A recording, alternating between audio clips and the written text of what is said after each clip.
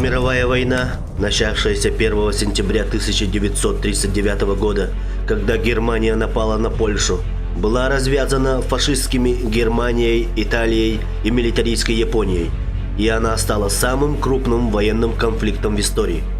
Воины-якутяне участвовали в разгроме немецко-фашистских войск, в боях по освобождению правобережной Украины и Крыма, в освобождении Белоруссии, Прибалтики, Молдавии и в разгроме врага в Заполярье, в освобождении народов Центральной и Юго-Восточной Европы, Румынии, Болгарии, Венгрии, Австрии, Чехословакии, Югославии и Польши.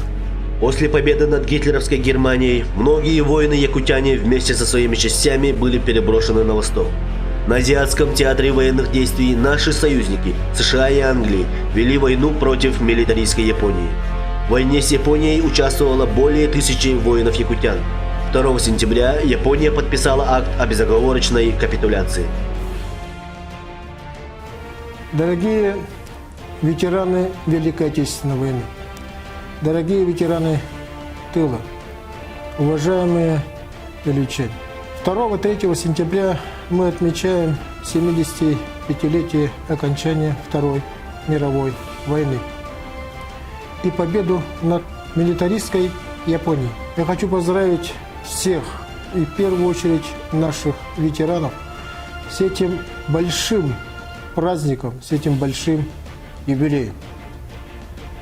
Наша Родина, наша страна тогда доказала, что мы, советский народ, можем защитить свои территории, можем победить любого врага, если мы все вместе. Многонациональный советский народ, несмотря на огромные трудности и сложности, не только выстоял, но и победил. Разгромил фашистскую Германию и милитаристскую Японию. Поздравляю вас с 75-летием Великой Победы. Здоровья вам, счастья, мира, благополучия и добра. Да здравствует мир во всем мире.